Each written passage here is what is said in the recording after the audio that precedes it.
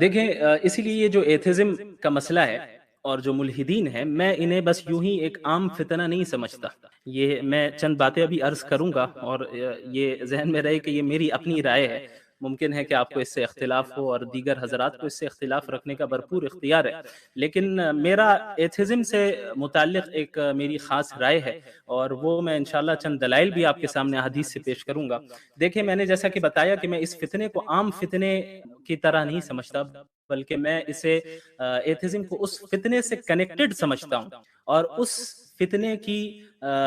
کڑیوں میں سے ایک کڑی سمجھتا ہوں جس فتنے کے متعلق آپ صلی اللہ علیہ وسلم نے فرمایا کہ ما بین خلق آدم الى قیام الساعہ امر اکبر من الدجال، کہ حضرت آدم علیہ الصلاۃ والسلام کی تخلیق سے لے کر قیامت قائم ہونے تک جو سب سے بڑا فتنہ ہوگا، سب سے بڑی آزمائش ہوگی، جہاں اچھے اچھے لوگ پھسل جائیں گے، وہ دجال کا معاملہ ہے. اب آپ دیکھیں، میں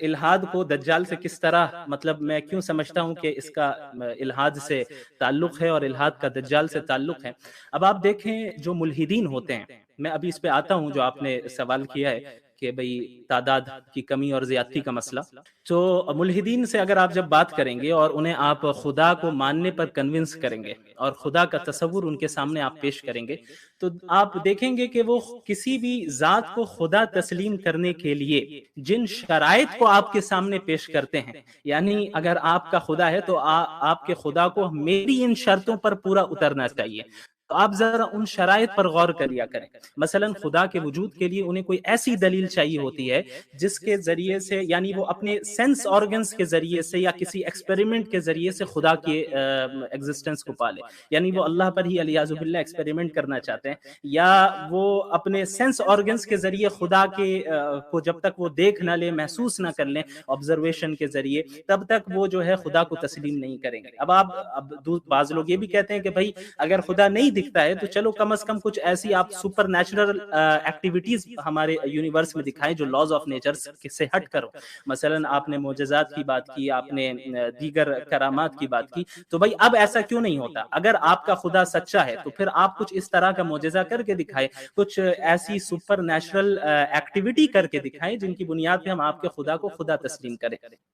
اب آپ آ جائیں دجال کی طرف، آپ ان کی شرائط کو دیکھ لیں اور ایک ایک شرط کا جائزہ لے لیں، جس شرط کو وہ بنیاد بناتے ہیں خدا کو تسلیم کرنے کے لیے. اب اگر آپ دجال کا مطالعہ کریں اور دجال کے متعلق جو پیشن گوئیاں آپ صلی اللہ علیہ وسلم نے فرمائی ہیں، آپ یہ دیکھیں گے کہ ان ملحدین کی ایک ایک شرط جو خدا کے تسلیم کرنے کے لیے انہوں نے گڑھی اپنی طرف سے، وہ ساری کی ساری شرطیں دجال پر 100% فٹ ہوتی. دیکھیں، ان کے سامنے دجال آئے گا اور ظاہر ہے وہ خدائی کا دعویٰ کرے گا، تو ایک نیا مذہب لے کر آئے گا. مذہب اس اعتبار سے وہ اس کا مذہب وہ ہوگا کہ وہ کہے گا کہ میں تمہارا خدا ہوں، جس کے متعلق آپ صلی اللہ علیہ وسلم نے امت کو پیشن گوئی فرمائی اور تنبیہ کی کہ انہ اعور الا انہ اعور وان ربکم لیس باعور. دیکھو، وہ کانا ہوا اور تمہارا رب کانا نہیں ہوگا، تمہارا رب کانا نہیں ہے، اس میں کوئی عیب نہیں ہے، یہ عیب والا شخص ہوگا، لیکن تم سمجھ جانا اس کو دیکھ کر کہ وہ تمہارا خدا نہیں ہے. تو ان لوگوں کے پاس دجال کے خروج کے بعد ایک فزیکل خدا موجود ہوگا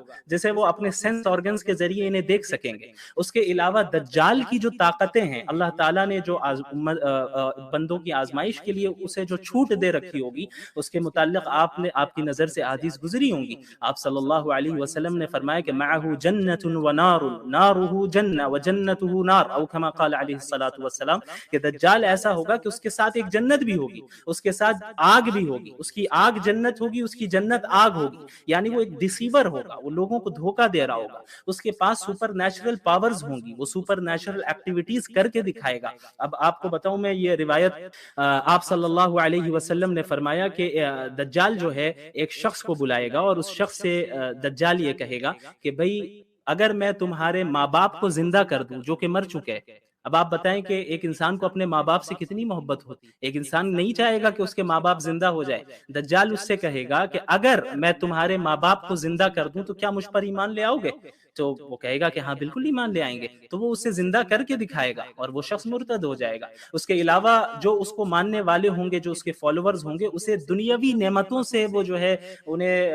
عطا کرے گا، انہیں دے گا. یعنی پوری مٹیریلسٹک لائف جو ہوتی ہے، جو کہ ایتھزم کی بنیاد ہے، کہ اس دنیا میں ہم اپنی زندگی کو عیش و عشرت کے ساتھ گزاریں اور یہی دنیا سب کچھ ہے، یہاں پہ جتنی نعمتیں حاصل ہو جائے وہی سب کچھ ہے، تو دجال اپنے فالوورز کو یہ ساری چیزیں دے گا۔ ان تمام چیزوں کو دیکھتے ہوئے اگر ہم یہ کہیں کہ بھئی اگر یہ ایتھزم آج جو ہے اور جو ایتھسٹ ہیں انہیں فالو کرنے والے جو لوگ ہیں، اگر یہ اس وقت تک رہتے ہیں اور دجال کا خروج بہت قریب ہو، اور یقیناً یہ فیوچر کے متعلق بات ہے، تو کوئی حتمی طور پہ تو نہیں کہا جا سکتا کہ ایسا ہی ہوگا، ہم بس اندازہ لگا سکتے ہیں، علم تو اللہ کے پاس ہے فیوچر کے متعلق، لیکن بظاہر جن احادیث کو دیکھ کر ایسا یہی لگتا ہے کہ جہاں دجال کے فالوورز کی تعداد یہودیوں کی بھی ہوگی، جیسا کہ حدیث میں آتا ہے، بعض لوگ سمجھتے ہیں کہ دجال کے فالوورز صرف یہود ہوں گے، ایسا نہیں ہوگا کہ دجال کے فالوورز صرف یہود ہوں گے، بلکہ دیگر روایتوں میں مختلف چیزیں ملتی ہیں کہ دجال کے فالوورز اور بھی لوگ ہیں، جن میں سے میں سمجھتا ہوں کہ سر فہرست یہ ملحدین بھی ہوں گے، کیونکہ ان کے لیے جس خدا کو وہ تلاش کر رہے تھے وہ خدا ان کے سامنے موجود ہوگا، اگرچہ وہ باطل خدا ہوگا۔ میں سے جو مسلمانوں کے درمیان جو جنگیں ہوئی ہیں انہی جنگوں میں سے ایک، اس کے متعلق آپ صلی اللہ علیہ وسلم نے پہلے ہی پیشن گوئی فرما دی۔ آپ صلی اللہ علیہ وسلم نے فرمایا کہ لا تقوم الساعة حتى تقتتل فئتان عظیمتان تكون بينهما مختلة عظيمة ودعواهما واحدة، کہ قیامت اس وقت تک قائم نہیں ہوگی جب تک کہ دو بڑے گروہ، دو بڑی جماعتیں آپس میں لڑ نہ لیں اور ان کے درمیان زبردست لڑائی ہوگی، زبردست خون ریزی ہوگی، ودعواهما واحدة، حالانکہ ان کا دعویٰ، دونوں کا دعویٰ ایک ہوگا، یعنی دونوں کا دعویٰ ایک ہوگا، دونوں مسلمان ہوں گے، دونوں اسلام میں شامل ہوں گے، داخل ہوں گے، اور دونوں اللہ کو ماننے والے، رسول اللہ پر ایمان لانے والے ہوں گے، لیکن ان کے درمیان زبردست جنگ ہوگی۔ اس حدیث سے ثابت ہوتا ہے، یہ حدیث صحیح بخاری کی ہے جو میں نے ابھی آپ کے سامنے رکھی ہے، وہ صحیح بخاری کی روایت ہے، کتاب الفتن کی، حضرت ابو ہریرہ رضی اللہ عنہ روایت کرتے ہیں، اور حدیث نمبر ہے 7121۔ تو اس طرف اشارہ فرمایا، اور یہ سن 36 ہجری میں آپ صلی اللہ علیہ وسلم کی یہ پیشن گوئی بھی بالکل صحیح ثابت ہوئی، اور اس جنگ کو بھی اللہ کے نبی صلی اللہ علیہ وسلم نے قیامت کی نشانیوں میں سے گنوایا۔ یہاں پر ایک بات کی میں مزید وضاحت کرنا چاہتا ہوں، صحابہ کرام رضی اللہ عنہم اجمعین کے درمیان جو جنگیں ہوئی ہیں انہیں ہم مشاجرات صحابہ کہتے ہیں، ان کے درمیان جو اختلافات ہوئے تو ان کے متعلق اہل السنت والجماعت کا کیا نظریہ ہے، اسے ہمیں سمجھ لینا چاہیے، کیا موقف ہے۔ یاد رکھیے ہمارا یہ عقیدہ ہے کہ انبیاء علیہ الصلاۃ والسلام کے بعد انسانوں میں افضل ترین جو جماعت ہے وہ صحابہ کرام کی جماعت ہے، اور اللہ اور اس کے رسول صلی اللہ علیہ وسلم کی اطاعت اور ان کی اتباع کرنے میں تمام انسانوں میں سب سے اعلیٰ، سب سے نیک، سب سے تیزی کرنے والے اتباع کرنے میں صحابہ کرام ہی ہے، خیر میں سبقت لے جانے والے صحابہ کرام ہی ہے، اور انہی کی خدمات کا نتیجہ ہے کہ دین آج ہم تک پہنچا ہے، اور انہی کی قربانیوں کا نتیجہ ہے کہ اللہ تعالیٰ نے اس دین کو غلبہ عطا کیا۔ تو صحابہ کرام کے درمیان جو کچھ بھی اختلافات ہوئے، جو کچھ بھی جنگیں ہوئی ہیں، ان کے متعلق اہل السنت والجماعت کا یہ متفقہ موقف ہے کہ ہم سکوت اختیار کریں، خاموشی اختیار کریں، یعنی ہم 1400 سال بعد آ کر ہماری اور آپ کی کوئی حیثیت نہیں ہے کہ اس جماعت کی نیتوں پر ہم حملہ کریں، ہم فیصلہ کریں کہ بھئی یہ 100% غلط ہے اور یہ 100% صحیح ہے، ہمیں یہ اختیار نہیں دیا گیا، بلکہ ہمیں اپنے ایمان کی حفاظت کرنی ہے، اور ہم کسی فتنے میں مبتلا ہو جائیں اس سے بچنے کے لیے ہمیں چاہیے کہ صحابہ کرام کے متعلق اپنی زبان کو بند رکھیں۔ آج ہمارے یہاں ایسے کئی لوگ ہیں جو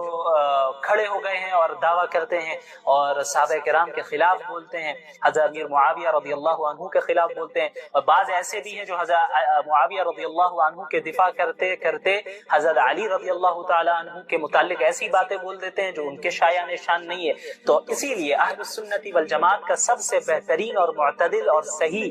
موقف یہی ہے کہ ہم خاموشی اختیار کریں، کہ ہم لب کشائی نہ کریں، چپ رہیں، کیونکہ یہ جتنے حضرات ہیں یہ مجتہد تھے۔ حضرت معاویہ رضی اللہ عنہ ان کا بھی ایک مقام ہے، وہ بھی مجتہد تھے۔ حضرت علی رضی اللہ تعالی عنہ ان کے مقام سے کون واقف نہیں ہے، ان کے فضائل سے کون واقف نہیں ہے، وہ بھی مجتہد ہیں۔ سنن ابی داؤد کی روایت ہے، اس میں ایک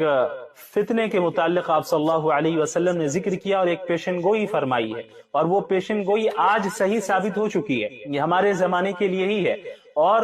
کس وجہ سے وہ یعنی وہ فتنہ ظاہر ہو رہا ہے، وہ کیوں ظاہر ہو رہا ہے، وہ وجہ بھی آپ صلی اللہ علیہ وسلم نے بتائی ہے، اور ہمارے لیے اس میں سبق بھی ہے کہ اگر ہم اسے ٹھیک کر لیں تو ہم اس فتنے سے محفوظ ہو جائیں گے۔ تو وہ روایت سنن نبی داؤد کی روایت ہے، حدیث نمبر 4297 ہے۔ حضرت ثوبان رضی اللہ عنہ فرماتے ہیں کہ قال رسول اللہ صلی اللہ علیہ وسلم یوشک الامم ان تداعى علیکم کما تداعى الاکلۃ الى قصعتها فقال قائل ومن قلۃ نحن یومئذ۔ آپ صلی اللہ علیہ وسلم نے فرمایا کہ وہ زمانہ قریب ہے کہ تمام قومیں، تمام امتیں، یعنی اسلام دشمن امتیں، سب ایک دوسرے کو اس طرح تم پر ٹوٹ پڑنے کے لیے دعوت دیں جس طرح کھانے والے ایک برتن کی طرف تمام لوگوں کو دعوت دیتے ہیں۔ یعنی ایک برتن ہے، ایک پلیٹ ہے، اس میں کھانا ہے، تو اسے کھانا کھانے کے لیے لوگ ایک دوسرے کو دعوت دیتے ہیں کہ آپ بھی آئیے، آپ بھی آئیے، اور چاروں طرف سے لوگ بیٹھ جاتے ہیں اور اس پلیٹ پر، اس کھانے پر چاروں طرف سے حملہ کیا جاتا ہے۔ تو وہ زمانہ قریب ہے کہ جس طرح لوگ ایک دوسرے کو کھانے کی لگن کی طرف یا برتن کی طرف دعوت دیتے ہیں اور چاروں طرف سے بیٹھ کر حملہ کرتے ہیں اس کھانے پر اور کھاتے ہیں، وہ زمانہ قریب ہے کہ لوگ اسی طرح، اور تمام امتیں اس امت کو مٹانے کے لیے، اس امت کو ختم کرنے کے لیے، اس امت کو ذلیل اور رسوا کرنے کے لیے، اس امت کو مغلوب کرنے کے لیے ایک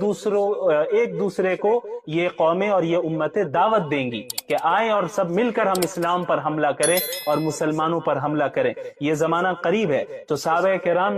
میں سے کسی نے عرض کیا کہ وَمِن قِلَّةٍ نَحْنُ يَوْمَئِذٍ، کیا اس دن ہماری تعداد اتنی کم ہوگی،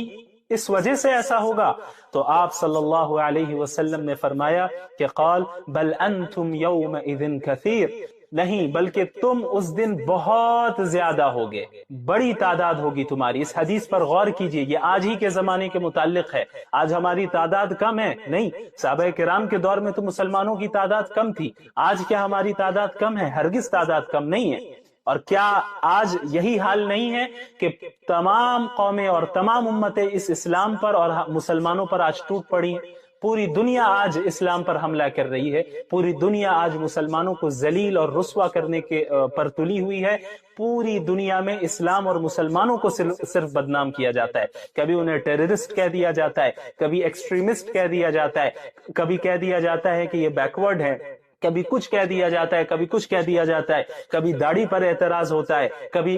حجاب پر اعتراض ہوتا ہے، کبھی طلاق کے مسئلے پر اعتراض ہوتا ہے، کبھی دیگر مسائل پر اعتراض ہوتا ہے۔ تو یہ آج کا دور ہے کہ جب پوری دنیا آج اسلام اور مسلمانوں کے خلاف کام کر رہی ہے، اور بالکل اسی طرح پوری دنیا اسلام پر ٹوٹ پڑی ہے جس طرح کھانے والے چاروں طرف سے برتن پر ٹوٹ پڑتے ہیں۔ تو صحابہ کرام نے عرض کیا کہ کسی نے سوال کیا اللہ کے نبی صلی اللہ علیہ وسلم سے، کیا ہماری تعداد اس دن اتنی کم ہوگی، اس وجہ سے ایسا ہوگا؟ تو آپ صلی اللہ علیہ وسلم نے فرمایا کہ نہیں، تمہاری تعداد بہت زیادہ ہوگی۔ اور آج ہماری تعداد کتنی زیادہ ہے؟ فاسٹسٹ گروئنگ ریلیجن اگر کوئی ہے تو وہ اسلام ہے۔ سب سے تیزی سے کے ساتھ جو مذہب پھیل رہا ہے پوری دنیا میں وہ اسلام ہے۔ ہمارے یہاں تعداد کی کمی نہیں ہے، لیکن آپ صلی اللہ علیہ وسلم نے آگے کیا فرمایا، اس پر غور کیجئے۔ وَلَكِنَّكُمْ غُثَاءٌ كَغُثَاءِ السَّيْلِ، لیکن تمہاری تعداد تو بہت زیادہ ہوگی لیکن تم سیلاب کے کوڑے کرکٹ کی طرح ہوگے۔ جب کوئی سیلاب آتا ہے تو ساتھ میں کوڑے کرکٹ کو بھی لیتا آتا ہے، تو اس کوڑے کرکٹ کی کوئی حیثیت اور اہمیت نہیں ہوتی، وہ بے جان چیز ہوتی ہے، بے وزن چیز ہوتی ہے، اس سے کوئی نفع نہیں پہنچ سکتا۔ تو لہٰذا آپ صلی اللہ علیہ وسلم نے فرمایا کہ تم بھی اسی طرح ہو گئے ہوگے، یعنی تمہاری حیثیت نہ اللہ کے نزدیک کچھ ہوگی، نہ ہی دنیا والوں کے نزدیک تمہاری کوئی حیثیت ہوگی۔ اور آپ صلی اللہ علیہ وسلم نے فرمایا وَلَيَنزِعَنَّ اللَّهُ مِن صُدُورِ عَدُوِّكُمُ الْمَهَابَةَ مِنْكُمْ، اور اللہ تعالیٰ تمہارے دشمنوں کے دلوں سے تمہارا خوف، تمہارا رعب اور تمہاری ہیبت کو نکال دے گا، یعنی دشمن تم سے ڈریں گے نہیں۔ اور آج یہی حال ہے، پوری دنیا کو اسلام سے کوئی ڈر تھوڑی ہے، کیونکہ ہمارے پاس کچھ ہے ہی نہیں۔ جب تک خلافت عثمانیہ کا قیام تھا تو پھر بھی بہرحال ایک ڈر تھا، اگرچہ وہ خلافت عثمانیہ خلافت راشدہ نہیں تھی، وہ خلافت اگرچہ ملوکیت تھی، لیکن اس کے باوجود خلافت کا ایک ڈھانچہ کھڑا تھا، اور اس ڈھانچے سے ہی پوری دنیا کو تکلیف تھی، اور اس ڈھانچے سے ہی پوری دنیا بہرحال ڈرتی تھی۔ تو سازش کی گئی اور اس کے بعد خلافت عثمانیہ کو ختم کیا گیا۔ زیادہ دن نہیں ہوئے، ابھی 100 سال بھی نہیں ہوئے، تو خلافت عثمانیہ کو ختم کیا گیا، اور خلافت عثمانیہ کے ختم ہونے کے بعد سب سے زیادہ مسلمان پوری دنیا میں ذلیل ہوئے۔ اتنی ذلت پوری تاریخ میں مسلمانوں کو نہیں ہوئی، اتنا نقصان جتنا خلافت عثمانیہ کے زوال کے بعد ہوا، جو ابھی 100 سال بھی نہیں ہوئے اس کے یعنی سقوط کو، مسلمانوں کو جتنا نقصان ہوا اتنا پہلے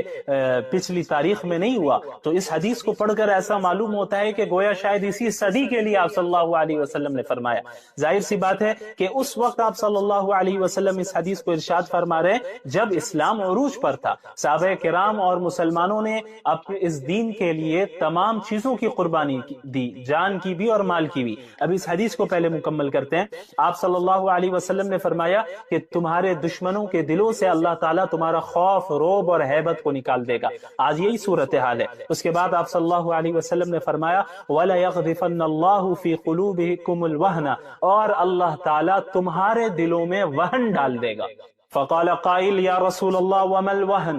تو پوچھنے والے نے سوال کیا کہ یا رسول اللہ وہن کا مطلب کیا ہے؟ آپ صلی اللہ علیہ وسلم نے فرمایا کہ حب الدنیا وکراہیت الموت، یعنی دنیا کی محبت اور موت کا ڈر۔ جڑ کی طرف اشارہ کیا، جو اصل وجہ ہے اس کی طرف اشارہ کر دیا۔ اب آپ دیکھ لیں ہمارے اندر کتنا آج موت کا ڈر ہے اور دنیا کی کتنی محبت ہے۔ اچھا، کس سے آپ صلی اللہ علیہ وسلم ارشاد فرما رہے؟ صحابہ کرام سے۔ ظاہر سی بات ہے صحابہ کرام کے اندر یہ چیز داخل ہو، ایسا ہو ہی نہیں سکتا۔ اگر ایسا ہوتا کہ صحابہ کے اندر دنیا کی محبت ہوتی اور موت کا ڈر ہوتا تو اسلام کے لیے اتنی قربانیاں کبھی نہیں دیتے۔ بدر کے موقع پر 313 اپنے سے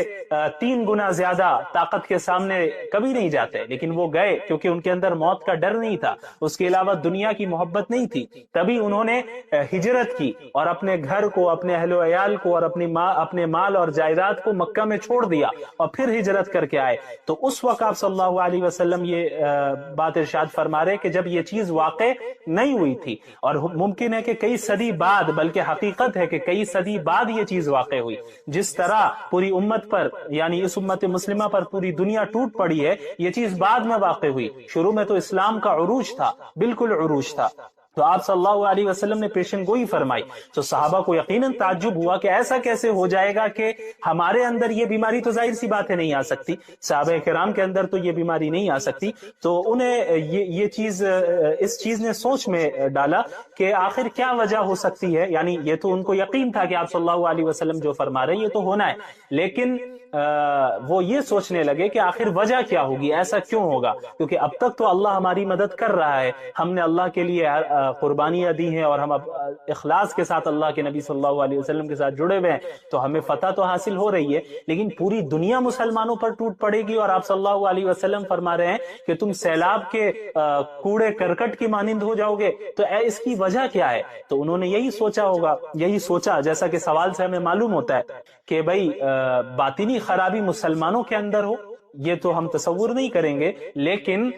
ممکن ہے کہ یہ دنیا دارالاسباب ہے اور اس میں یہاں پہ جس کے پاس زیادہ طاقت ہوتی ہے، زیادہ تعداد ہوتی ہے، تو وہ غالب آ جاتی ہے وہ جماعت عام طور پر عموماً، کیونکہ دارالاسباب ہے۔ تو ممکن ہے کہ مسلمانوں کی جو یہ صورتحال مستقبل میں ہوگی کہ اسی وجہ سے ہوگی کہ شاید ان کی تعداد کم ہو، اسی لیے آپ صلی اللہ علیہ وسلم سے انہوں نے سوال کیا کہ وَمِن قِلَّةٍ نَحْنُ يَوْمَئِذٍ، کہ ہماری تعداد کم ہونے کی وجہ سے ایسا ہوگا؟ تو آپ صلی اللہ علیہ وسلم نے فرمایا کہ نہیں، اس کی وجہ ہے وہن، حب الدنیا و کراہیت الموت، کہ دنیا کی محبت اور موت کی کراہت۔ اور آپ صلی اللہ علیہ وسلم کی یہ پیشن گوئی آج 100% صحیح ثابت ہوئی، اور یہ حدیث آپ صلی اللہ علیہ وسلم کے سچے نبی ہونے کی دلیل ہے کہ آپ نے مستقبل کے متعلق ایسی بات کہی ہے جو آج ہم دیکھ رہے ہیں کہ 100% واقع ہو چکی ہے۔ اس وقت کے لوگوں نے یہ چیز،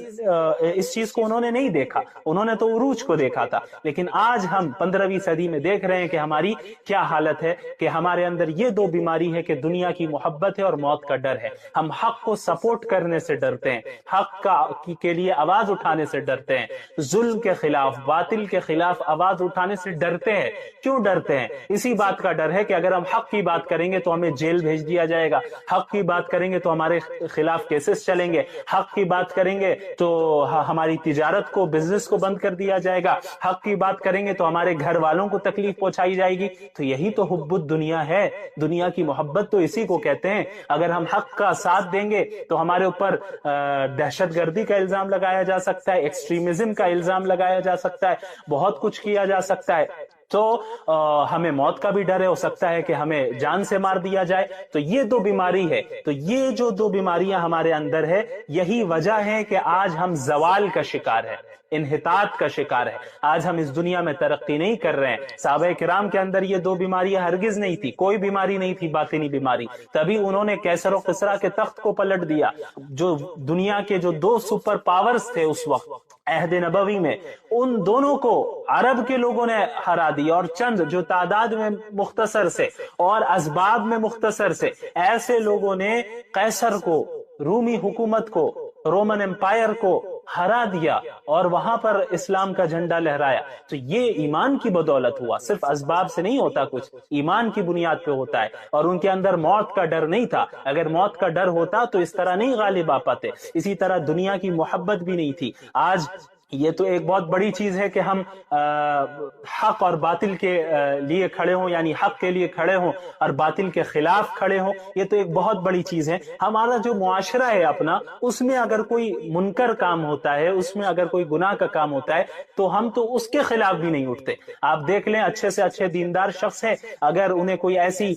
شادی کی دعوت دی جائے، ایسی شادی میں بلایا جائے جہاں غیر شرعی رسم و رواج ہے، تو وہ ضرور شریک ہو جاتا ہے، داڑھی ٹوپی رکھ کر شریک ہو جاتا ہے۔ وہاں اس کی یہ ہمت نہیں ہوتی کہ وہ کہے اپنے رشتہ دار سے کہ میں تمہاری شادی میں شریک نہیں ہوں گا کیونکہ تم شریعت کے خلاف عمل کر رہے ہو، میں تمہارے ساتھ شریک نہیں ہو سکتا۔ وہاں یہ سوچے گا کہ بھائی رشتہ دار کیا بولیں گے، گھر والے کیا بولیں گے۔ تو اسے ہی کہتے ہیں دنیا کی محبت، کہ وہ کسی کے سامنے بدنام نہیں ہونا چاہتا، تکلیف نہیں جھیلنا چاہتا، کوئی اس سے روٹھ جائے اسے یہ برداشت نہیں کرے گا۔ تو اللہ کو ناراض کر کے اور دنیا کو خوش کر کے تمہیں کیا حاصل ہے؟ دنیا کو اگر پوری دنیا ناراض ہو جائے اور اللہ تم سے خوش ہے تو یہ تمہارے لیے کافی ہے، اس بات کو یاد رکھنا۔ اس لیے حب الدنیا و کراہیت الموت، دنیا کی محبت اور موت کا ڈر اپنے دلوں سے جب ہم نے ختم کر دیا، تو اس حدیث میں نے آپ کو پچھلے ایپیسوڈ میں یہ بتایا تھا کہ آپ صلی اللہ علیہ وسلم کی جو یہ پریڈکشنز ہے، پیشن گوئیاں ہیں، وہ محض پیشن گوئیاں نہیں ہیں، صرف خبر نہیں دی ہے آپ صلی اللہ علیہ وسلم نے،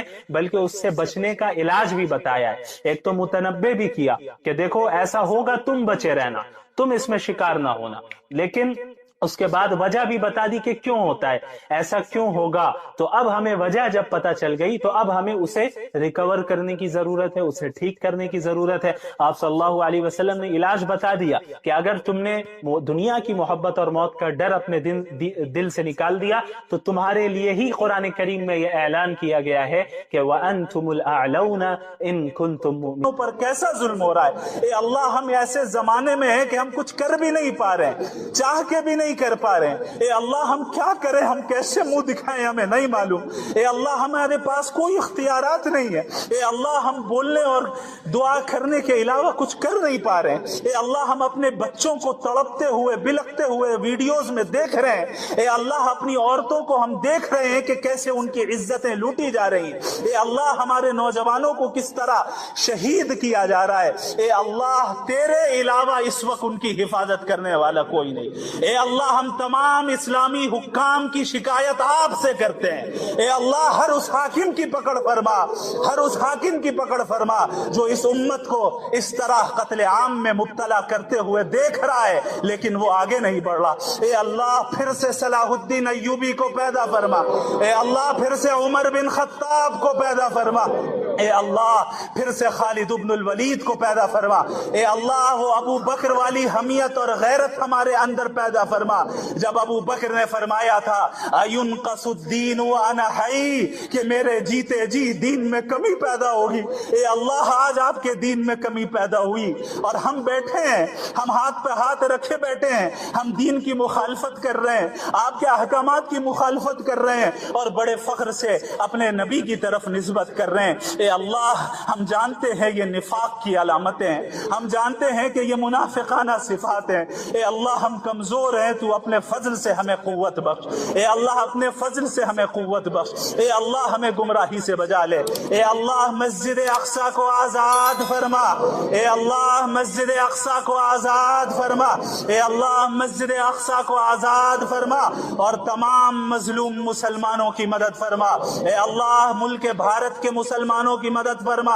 انہیں ظالموں کے ظلم سے بچا، بالخصوص جموں کشمیر کے مسلمانوں کی حفاظت فرما، اے اللہ ہماری مساجد کی حفاظت فرما، ہمارے مدارس کی حفاظت فرما، ہمارے مراکز کی حفاظت فرما، ہمارے علماء کی حفاظت فرما، حق گوئی کرنے والوں کی حفاظت فرما، اے اللہ حق گوئی کرنے والوں کی حفاظت فرما، اے اللہ ہمارے پاس اسباب نہیں ہے، ہمارے پاس اقتدار نہیں ہے، ہمارے پاس قوت نہیں ہے، لیکن پھر بھی جو ہم ٹوٹی پھوٹی خدمت انجام دے پاتے ہیں وہ صرف اسی بھرم میں دے پاتے ہیں کہ تیری مدد اور تیری حفاظت ہمیں حاصل ہے، اے اللہ تو ہماری لاج رکھ لینا، اے اللہ قیامت کے دن جب نبی کریم صلی اللہ علیہ وسلم کے سامنے اس صدی کے مسلمانوں کو لایا جائے گا، اے اللہ اس دن نبی کو رسوا نہ کرنا، اے اللہ اس دن نبی کو شرمندگی میں مبتلا نہ کرنا، اے اللہ کہیں ایسا نہ ہو کہ نبی ہمیں دیکھ کر پہچاننے سے انکار کر دے، اے اللہ ایسا نہ ہو کہ ہم صرف زبانی دعویٰ کرنے والے ہو، اے اللہ ایسا نہ ہو کہ ہم نبی کا انکار کرنے والے ہو، نبی کی مخالفت کرنے والے ہو، اے اللہ ہم مجرم آج آپ کے دربار میں اپنے جرم کا اعتراف کرتے ہیں، اے اللہ تو نے تو فرمایا ہے کہ لو بلغت ذنوبک عنان السماء، کہ اگرچہ تیرے گناہ آسمانوں تک پہنچ جائے لیکن تو سچے دل سے ہماری طرف رجوع کر لے اور توبہ و استغفار کرے، میں تمام گناہوں کو بخشنے والا ہوں اور مجھے اور کیا آج یہی حال نہیں ہے کہ تمام قومیں اور تمام امتیں اس اسلام پر اور مسلمانوں پر آج ٹوٹ پڑی؟ پوری دنیا آج اسلام پر حملہ کر رہی ہے، پوری دنیا آج مسلمانوں کو ذلیل اور رسوا کرنے کے پر تلی ہوئی ہے، پوری دنیا میں اسلام اور مسلمانوں کو صرف بدنام کیا جاتا ہے، کبھی انہیں ٹیررسٹ کہہ دیا جاتا ہے، کبھی ایکسٹریمسٹ کہہ دیا جاتا ہے، کبھی کہہ دیا جاتا ہے کہ یہ بیکورڈ ہے، کبھی کچھ کہہ دیا جاتا ہے، کبھی کچھ کہہ دیا جاتا ہے، کبھی داڑھی پر اعتراض ہوتا ہے، کبھی حجاب پر اعتراض ہوتا ہے، کبھی طلاق کے مسئلے پر اعتراض ہوتا ہے، کبھی دیگر مسائل پر اعتراض ہوتا ہے۔ تو یہ آج کا دور ہے کہ جب پوری دنیا آج اسلام اور مسلمانوں کے خلاف کام کر رہی ہے، اور بالکل اسی طرح پوری دنیا اسلام پر ٹوٹ پڑی ہے جس طرح کھانے والے چاروں طرف سے برتن پر ٹوٹ پڑتے ہیں۔ تو صحابہ کرام نے عرض کیا کہ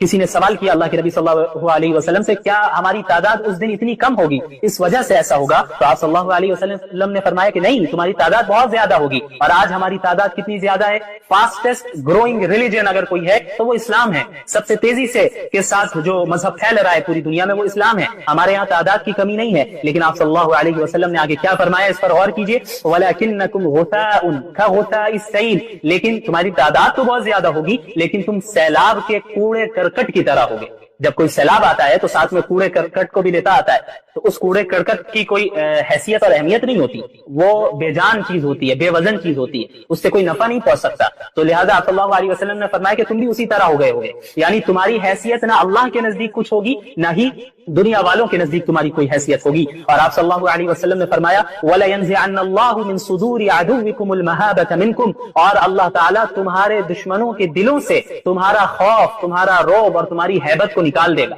یعنی دشمن تم سے ڈریں گے نہیں۔ اور آج یہی حال ہے، پوری دنیا کو اسلام سے کوئی ڈر تھوڑی ہے، کیونکہ ہمارے پاس کچھ ہے ہی نہیں۔ جب تک خلافت عثمانیہ کا قیام تھا تو پھر بھی بہرحال ایک ڈر تھا، اگرچہ وہ خلافت عثمانیہ خلافت راشدہ نہیں تھی، وہ خلافت اگرچہ ملوکیت تھی لیکن اس کے باوجود خلافت کا ایک ڈھانچہ کھڑا تھا، اور اس ڈھانچے سے ہی پوری دنیا کو تکلیف تھی، اور اس ڈھانچے سے ہی پوری دنیا بہرحال ڈرتی تھی۔ تو سازش کی گئی اور اس کے بعد خلافت عثمانیہ کو ختم کیا گیا، زیادہ دن نہیں ہوئے، ابھی 100 سال بھی نہیں ہوئے، تو خلافت عثمانیہ کو ختم کیا گیا، اور خلافت عثمانیہ کے ختم ہونے کے بعد سب سے زیادہ مسلمان پوری دنیا میں ذلیل ہوئے۔ اتنی ذلت پوری تاریخ میں مسلمانوں کو نہیں ہوئی، اتنا نقصان جتنا خلافت عثمانیہ کے زوال کے بعد ہوا، جو ابھی 100 سال بھی نہیں نہیں ہوئے اس کے یعنی سقوط کو. مسلمانوں کو جتنا نقصان ہوا اتنا پہلے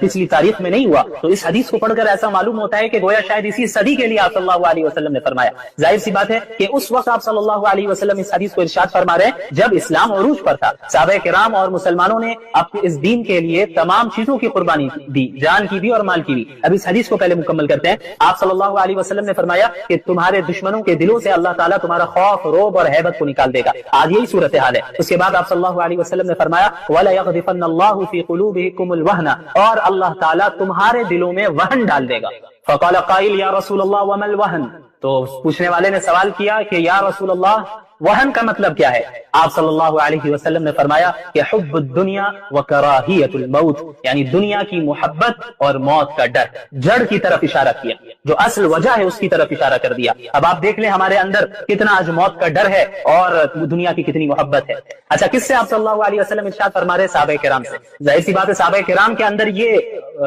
چیز داخل ہو, ایسا ہو ہی نہیں سکتا. اگر ایسا ہوتا کہ صحابہ کے اندر دنیا کی محبت ہوتی اور موت کا ڈر ہوتا تو اسلام کے لیے اتنی قربانیاں کبھی نہیں دیتے. بدر کے موقع پر 313 اپنے سے 3 گنا زیادہ طاقت کے سامنے کبھی نہیں جاتے, لیکن وہ گئے کیونکہ ان کے اندر موت کا ڈر نہیں تھا. اس کے علاوہ دنیا کی محبت نہیں تھی, تبھی انہوں نے ہجرت کی اور اپنے گھر کو, اپنے اہل و عیال کو اور اپنے مال اور جائیداد کو مکہ میں چھوڑ دیا اور پھر ہجرت کر کے آئے. تو اس وقت آپ صلی اللہ علیہ وسلم یہ بات ارشاد فرما رہے کہ جب یہ چیز واقع نہیں ہوئی تھی, اور ممکن ہے کہ کئی صدی بعد, بلکہ حقیقت ہے کہ کئی صدی بعد یہ چیز واقع ہوئی. جس طرح پوری امت پر یعنی اس امت مسلمہ پر پوری دنیا ٹوٹ پڑی ہے, یہ چیز بعد میں واقع ہوئی. شروع میں تو اسلام کا عروج تھا, بالکل عروج تھا. تو آپ صلی اللہ علیہ وسلم نے پیشن گوئی فرمائی. تو صحابہ کو یقیناً تعجب ہوا کہ ایسا کیسے ہو جائے گا کہ ہمارے اندر یہ بیماری, تو ظاہر سی بات ہے نہیں آ سکتی, صحابہ کرام کے اندر تو یہ بیماری نہیں آ سکتی. تو انہیں یہ چیز, اس چیز نے سوچ میں ڈالا کہ آخر کیا وجہ ہو سکتی ہے. یعنی یہ تو ان کو یقین تھا کہ آپ صلی اللہ علیہ وسلم جو فرما رہے ہیں یہ تو ہونا ہے, لیکن وہ یہ سوچنے لگے کہ آخر وجہ کیا ہوگی, ایسا کیوں ہوگا, کیونکہ اب تک تو اللہ ہماری مدد کر رہا ہے, ہم نے اللہ کے لیے قربانیاں دی ہیں اور ہم اخلاص کے ساتھ اللہ کے نبی صلی اللہ علیہ وسلم کے ساتھ جڑے ہوئے ہیں, تو ہمیں فتح تو حاصل ہو رہی ہے, لیکن پوری دنیا مسلمانوں پر ٹوٹ پڑے گی اور آپ صلی اللہ علیہ وسلم فرما رہے ہیں کہ تم سیلاب کے کوڑے کرکٹ کی مانند ہو جاؤ گے, تو اس کی وجہ کیا ہے؟ تو انہوں نے یہی سوچا ہوگا, یہی سوچا جیسا کہ سوال سے ہمیں معلوم ہوتا ہے کہ بھئی باطنی خرابی مسلمانوں کے اندر ہو, یہ تو ہم تصور نہیں کریں گے, لیکن ممکن ہے کہ یہ دنیا دار الاسباب ہے اور اس میں یہاں پہ جس کے پاس زیادہ طاقت ہوتی ہے, زیادہ تعداد ہوتی ہے, تو وہ غالب آ جاتی ہے وہ جماعت عام طور پر عموماً, کیونکہ دار الاسباب ہے. تو ممکن ہے کہ مسلمانوں کی جو یہ صورتحال مستقبل میں ہوگی یہ اسی وجہ سے ہوگی کہ شاید ان کی تعداد کم ہو. اسی لیے آپ صلی اللہ علیہ وسلم سے انہوں نے سوال کیا کہ وَمِن قِلَّةٍ نَحْنُ يَوْمَئِذٍ, کہ ہماری تعداد کم ہونے کی وجہ سے ایسا ہوگا. تو آپ صلی اللہ علیہ وسلم نے فرمایا کہ نہیں, اس کی وجہ ہے وہن, حب الدنیا وکراہیت الموت, کہ دنیا کی محبت اور موت کی کراہت. اور آپ صلی اللہ علیہ وسلم کی یہ پیشن گوئی آج 100% صحیح ثابت ہوئی, اور یہ حدیث آپ صلی اللہ علیہ وسلم کے سچے نبی ہونے کی دلیل ہے کہ آپ نے مستقبل کے متعلق ایسی بات کہی ہے جو آج ہم دیکھ رہے ہیں کہ 100% واقع ہو چکی ہے. اس وقت کے لوگوں نے اس چیز کو انہوں نے نہیں دیکھا, انہوں نے تو عروج کو دیکھا تھا, لیکن آج ہم 15ویں صدی میں دیکھ رہے ہیں کہ ہماری کیا حالت ہے, کہ ہمارے اندر یہ دو بیماری ہے کہ دنیا کی محبت ہے اور موت کا ڈر ہے. ہم حق کو سپورٹ کرنے سے ڈرتے ہیں, حق کے لیے آواز اٹھانے سے ڈرتے ہیں, ظلم کے خلاف, باطل کے خلاف آواز اٹھانے سے ڈرتے ہیں. کیوں ڈرتے ہیں؟ اسی بات کا ڈر ہے کہ اگر ہم حق کی بات کریں گے تو ہمیں جیل بھیج دیا جائے گا, حق کی بات کریں گے تو ہمارے خلاف کیسز چلیں گے, حق کی بات کریں گے تو ہماری تجارت کو, بزنس کو بند کر دیا جائے گا, حق کی بات کریں گے تو ہمارے گھر والوں کو تکلیف پہنچائی جائے گی. تو یہی تو حب الدنیا ہے, دنیا کی محبت تو اسی کو کہتے ہیں. اگر ہم حق کا ساتھ دیں گے تو ہمارے اوپر دہشت گردی کا الزام لگایا جا سکتا ہے, ایکسٹریمزم کا الزام لگایا جا سکتا ہے, بہت کچھ کیا جا سکتا ہے. تو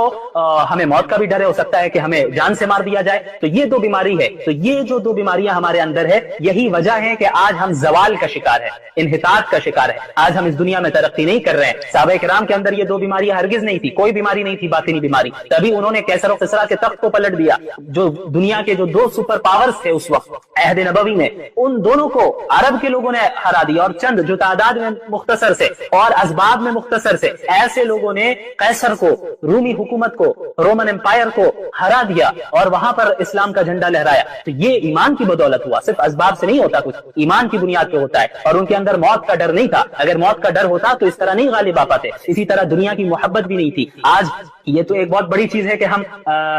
حق اور باطل کے لیے کھڑے ہوں، یعنی حق کے لیے کھڑے ہوں اور باطل کے خلاف کھڑے ہوں، یہ تو ایک بہت بڑی چیز ہے۔ ہمارا جو معاشرہ ہے اپنا، اس میں اگر کوئی منکر کام ہوتا ہے، اس میں اگر کوئی گناہ کا کام ہوتا ہے تو ہم تو اس کے خلاف بھی نہیں اٹھتے۔ آپ دیکھ لیں اچھے سے اچھے دیندار شخص ہے، اگر انہیں کوئی ایسی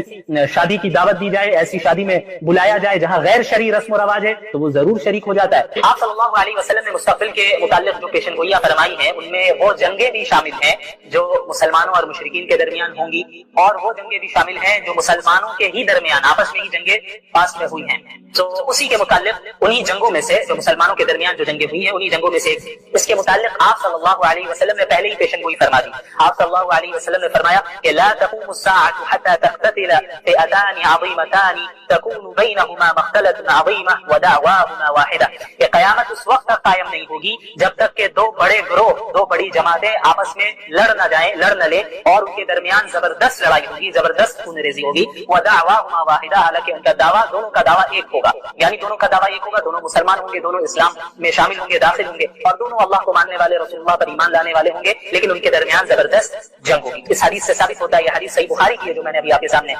رکھی ہے، وہ صحیح بخاری کی روایت ہے کتاب الفتن کی، حضرت ابو ہریرہ رضی اللہ عنہ روایت کرتے ہیں، اور حدیث نمبر ہے 7121۔ تو اس طرف اشارہ فرمایا، اور یہ سن 36 ہجری میں آپ صلی اللہ علیہ وسلم کی یہ پیشن گوئی بھی بالکل صحیح ثابت ہوئی، اور اس جنگ کو بھی اللہ کے نبی صلی اللہ علیہ وسلم نے قیامت کی نشانیوں میں سے گنوایا۔ یہاں پر ایک بات کی میں مزید وضاحت کرنا چاہتا ہوں، صحابہ کرام رضی اللہ عنہم اجمعین کے درمیان جو جنگیں ہوئی ہیں انہیں ہم مشاجرات صحابہ کہتے ہیں، ان کے درمیان جو اختلافات ہوئے تو ان کے متعلق اہل السنت والجماعت کا کیا نظریہ ہے، اسے ہمیں سمجھ لینا چاہیے، کیا موقف ہے۔ یاد رکھیے ہمارا یہ عقیدہ ہے کہ انبیاء علیہ الصلوۃ والسلام کے بعد انسانوں میں افضل ترین جو جماعت ہے وہ صحابہ کرام کی جماعت ہے، اور اللہ اور اس کے رسول صلی اللہ علیہ وسلم کی اطاعت اور ان کی اتباع کرنے میں تمام انسانوں میں سب سے اعلیٰ، سب سے نیک، سب سے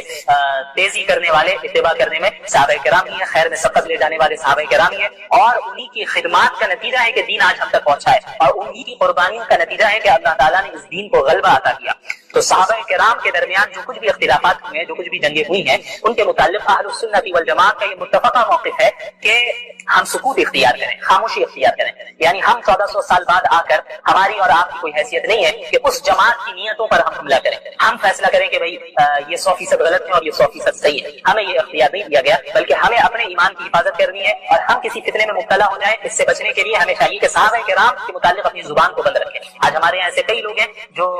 کھڑے ہو گئے ہیں اور دعویٰ کرتے ہیں اور صحابہ کرام کے خلاف بولتے ہیں، حضرت امیر معاویہ رضی اللہ عنہ کے خلاف بولتے ہیں، اور بعض ایسے بھی ہیں جو حضرت معاویہ رضی اللہ عنہ کے دفاع کرتے کرتے حضرت علی رضی اللہ تعالیٰ عنہ کے متعلق ایسی باتیں بول دیتے ہیں جو ان کے شایع نشان نہیں ہے۔ تو اسی لیے اہل سنت والجماعت کا سب سے بہترین اور معتدل اور صحیح موقف یہی ہے کہ ہم خاموشی اختیار کریں، کہ ہم لب کشائی نہ کریں، چپ رہیں، کیونکہ یہ جتنے حضرات ہیں یہ مجتہد ہیں۔ حضرت معاویہ رضی اللہ عنہ ان کا بھی ایک مقام ہے، وہ بھی مجتہد ہے۔ حضرت علی رضی اللہ تعالیٰ عنہ ان کے مقام سے کون واقف نہیں ہے، ان کے فضائل سے کون واقف نہیں ہے، وہ بھی مجتہد ہیں۔ اور آپ صلی اللہ علیہ وسلم نے فرمایا ہے، یہ صحیح بخاری کی روایت ہے کتاب الاعتصام فی الکتاب والسنہ میں،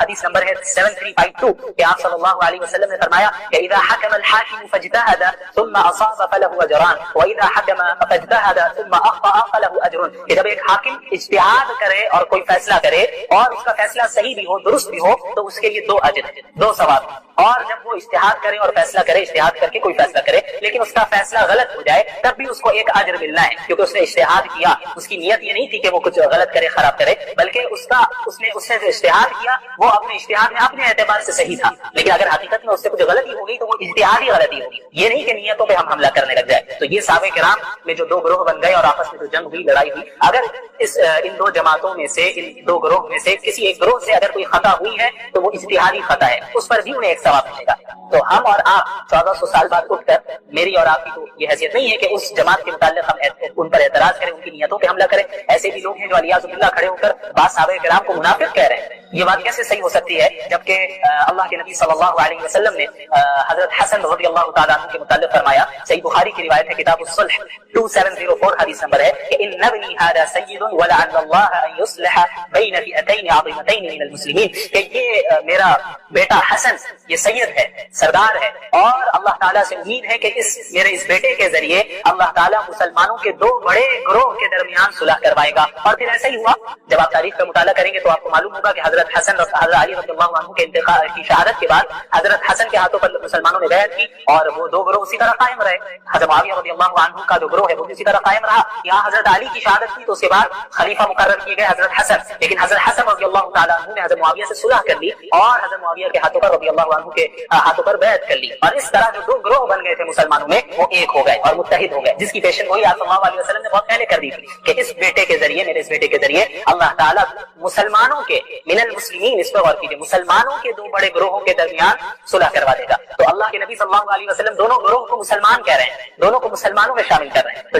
جن کے متعلق اللہ کے نبی صلی اللہ علیہ وسلم نے گواہی دے دی کہ وہ مسلمان ہیں، تو ہم 1400 سال بعد اٹھ کر ہم یہ کہیں الیاذ باللہ کہ نہیں ایک گروہ منافق ہے، تو یہ بدبختی کی علامت، ہمیں اس سے دور رہنا چاہیے۔ اور خصوصاً عوام کو تو میں یہی کہنا چاہوں گا جو عام مسلمان ہیں، انہیں چاہیے کہ ان موضوعات سے، ان ٹاپک سے دور رہے، ان چیزوں میں لگے جن سے آپ کا عملی فائدہ ہو، آپ کی زندگی میں کوئی فائدہ ہو، عمل میں کوئی فائدہ ہو، اس میں اضافہ ہو، آپ کی آخرت بنے۔ اس کے علاوہ اگر آپ ان مسائل میں الجھ گئے، ان ٹاپکس میں الجھ گئے اور خدا نخواستہ صحابہ کرام کے متعلق لب کشائی کرنے لگ گئے تو یہ بڑے خطرے کی بات ہے۔ ہو سکتا ہے جو بھی ایسا کرے اس کی آخرت جو ہے برباد ہو جائے، تو اس لیے ہمیں سکوت اختیار کرنا ہے۔ اے اللہ اس دن نبی کو شرمندگی میں مبتلا نہ کرنا، اے اللہ کہیں ایسا نہ ہو کہ نبی ہمیں دیکھ کر پہچاننے سے انکار کر دے، اے اللہ ایسا نہ ہو کہ ہم صرف زبانی دعویٰ کرنے والے ہوں، اے اللہ ایسا نہ ہو کہ ہم نبی کا انکار کرنے والے ہو، نبی کی مخالفت کرنے والے ہو۔ اے اللہ فلسطین کے مسلمانوں پر کیسا ظلم ہو رہا ہے، اے اللہ ہم ایسے زمانے میں ہیں کہ ہم کچھ کر بھی نہیں پا رہے، چاہ کے بھی نہیں کر پا رہے، اے اللہ ہم کیا کریں، ہم کیسے منہ دکھائیں ہمیں نہیں معلوم، اے اللہ ہمارے پاس کوئی اختیارات نہیں ہے، اے اللہ ہم بولنے اور دعا کرنے کے علاوہ کچھ کر نہیں پا رہے، اے اللہ ہم اپنے بچوں کو تڑپتے ہوئے بلکتے ہوئے ویڈیوز میں دیکھ رہے ہیں، اے اللہ اپنی عورتوں کو ہم دیکھ رہے ہیں کہ کیسے ان کی عزتیں لوٹی جا رہی ہیں، اے اللہ ہمارے نوجوانوں کو کس طرح شہید کیا جا رہا ہے، اے اللہ تیرے علاوہ اس وقت ان کی حفاظت کرنے والا کوئی نہیں، اے اللہ ہم تمام اسلامی حکام کی شکایت آپ سے کرتے ہیں، اے اللہ ہر اس حاکم کی پکڑ فرما، ہر اس حاکم کی پکڑ فرما جو اس امت کو اس طرح قتل عام میں مبتلا کرتے ہوئے دیکھ رہا ہے لیکن وہ آگے نہیں بڑھ رہا، اے اللہ پھر سے صلاح الدین ایوبی کو پیدا فرما، اے اللہ پھر سے عمر بن خطاب کو پیدا فرما، اے اللہ پھر سے خالد بن الولید کو پیدا فرما، اے اللہ ابو بکر والی حمیت اور غیرت ہمارے اندر پیدا فرما، جب ابو بکر نے فرمایا تھا اَيُنْقَصُ الدِّينُ وَأَنَا حَيٌّ کہ میرے جیتے جی دین میں کمی پیدا ہوگی، اے اللہ آج آپ کے دین میں کمی پیدا ہوئی اور ہم بیٹھے ہیں، ہم ہاتھ پہ ہاتھ رکھے بیٹھے ہیں، ہم دین کی مخالفت کر رہے ہیں، آپ کے احکامات کی مخالفت کر رہے ہیں اور بڑے فخر سے اپنے نبی کی طرف نسبت کر رہے ہیں، اے اللہ ہم جانتے ہیں یہ نفاق کی علامتیں ہیں، ہم جانتے ہیں کہ یہ منافقانہ صفات ہیں، اے اللہ ہم کمزور ہیں، تو اپنے فضل سے ہمیں قوت بخش، اے اللہ اپنے فضل سے ہمیں قوت بخش، اے اللہ ہمیں گمراہی سے بچا لے، اے اللہ مسجد اقصی کو آزاد فرما، اے اللہ مسجد اقصی کو آزاد فرما، اے اللہ مسجد اقصی کو آزاد فرما اور تمام مظلوم مسلمانوں کی مدد فرما، اے اللہ ملک بھارت کے مسلمانوں کی مدد فرما، انہیں ظالموں کے ظلم سے بچا، بالخصوص جموں کشمیر کے مسلمانوں کی حفاظت فرما، اے اللہ ہماری مساجد کی حفاظت فرما، ہمارے مدارس کی حفاظت فرما، ہمارے مراکز کی حفاظت فرما، ہمارے علماء کی حفاظت فرما، حق گوئی کرنے والوں کی حفاظت فرما، اے اللہ حق گوئی کرنے والوں کی حفاظت فرما، اے اللہ ہمارے پاس اسباب نہیں ہے، ہمارے پاس اقتدار نہیں ہے، ہمارے پاس قوت نہیں ہے، لیکن پھر بھی جو ہم ٹوٹی پھوٹی خدمت انجام دے پاتے ہیں وہ صرف اسی بھرم میں دے پاتے ہیں کہ تیری مدد اور تیری حفاظت ہمیں حاصل ہے، اے اللہ تو ہماری لاج رکھ لینا، اے اللہ قیامت کے دن جب نبی کریم صلی اللہ علیہ وسلم کے سامنے اس صدی کے مسلمانوں کو لایا جائے گا، اے اللہ اس دن نبی کو رسوا نہ کرنا، اے اللہ اس دن نبی کو شرمندگی میں مبتلا نہ کرنا، اے اللہ کہیں ایسا نہ ہو کہ نبی ہمیں دیکھ کر پہچاننے سے انکار کر دے، اے اللہ ایسا نہ ہو کہ ہم صرف زبانی دعویٰ کرنے والے ہوں، اے اللہ ایسا نہ ہو کہ ہم نبی کا انکار کرنے والے ہو، نبی کی مخالفت کرنے والے ہو۔ اے اللہ ہم مجرم آج آپ کے دربار میں اپنے جرم کا اعتراف کرتے ہیں۔ اے اللہ تو نے تو فرمایا ہے کہ لو بلغت ذنوبک عنان السماء، کہ اگرچہ تیرے گناہ آسمانوں تک پہنچ جائے لیکن تو سچے دل سے ہماری طرف رجوع کر لے اور توبہ و استغفار کرے، میں تمام گناہوں کو بخشنے والا ہوں اور مجھے کوئی پرواہ نہیں۔ اے اللہ ہمارے تمام گناہوں کو معاف فرما، ہمیں تو جذبہ عطا فرما، دین پر چلنے کی توفیق عطا فرما۔ اے اللہ ہمیں موت سے پہلے اس اسلام کا عروج دوبارہ دکھا دے۔ اے اللہ موت سے پہلے اس اسلام کا عروج دوبارہ دکھا دے۔ اے اللہ اب آنکھیں ترس رہی ہے، اب آنکھیں ترس رہی ہے اس اسلام کو عروج پر دیکھنے کے لیے۔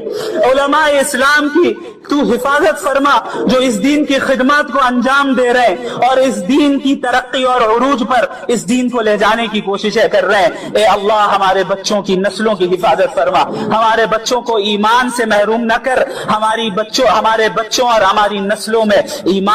ایمان اور ہدایت عام فرما دے، ہم سب کو ہدایت اور ایمان کو پھیلانے کا ذریعہ اور سبب بنا دے۔ اے اللہ ہم قیامت کے دن کی ہولناکیوں سے پناہ چاہتے ہیں۔ اے اللہ قبر کے عذاب سے پناہ چاہتے ہیں۔ اے اللہ زندگی اور موت کے فتنوں سے پناہ چاہتے ہیں۔ اے اللہ ہم دجالی فتنوں سے پناہ چاہتے ہیں۔ اے اللہ ہمیں حق بنا کر دکھا اور اس کی اتباع کرنے کی توفیق عطا فرما، اور باطل بنا کر دکھا اور اس سے اجتناب کرنے کی توفیق عطا فرما۔ اے اللہ ہم سے ہدایت نہ سلب کر لینا، ہمارے اعمال کے نتیجے میں ہماری پکڑ نہ فرما دینا، بلکہ تو ہماری مغفرت فرما اور ہمیں جہنم کی آگ سے نجات عطا فرما۔ اللہم اجرنا من النار، اللہم اجرنا من النار، اللهم اجرنا من النار وادخلنا الجنة مع الابرار، وادخلنا الجنة مع الابرار، وادخلنا الجنة مع الابرار يا عزيز يا غفار۔ سبحان ربك رب العزة عما يصفون وسلام على المرسلين والحمد لله رب العالمين۔ آپ صلی اللہ علیہ وسلم نے مستقبل کے متعلق جو پیشن گوئیاں فرمائی ہیں ان میں وہ جنگیں بھی شامل ہیں جو مسلمانوں اور مشرکین کے درمیان ہوں گی، اور وہ جنگیں بھی شامل ہیں جو مسلمانوں کے ہی درمیان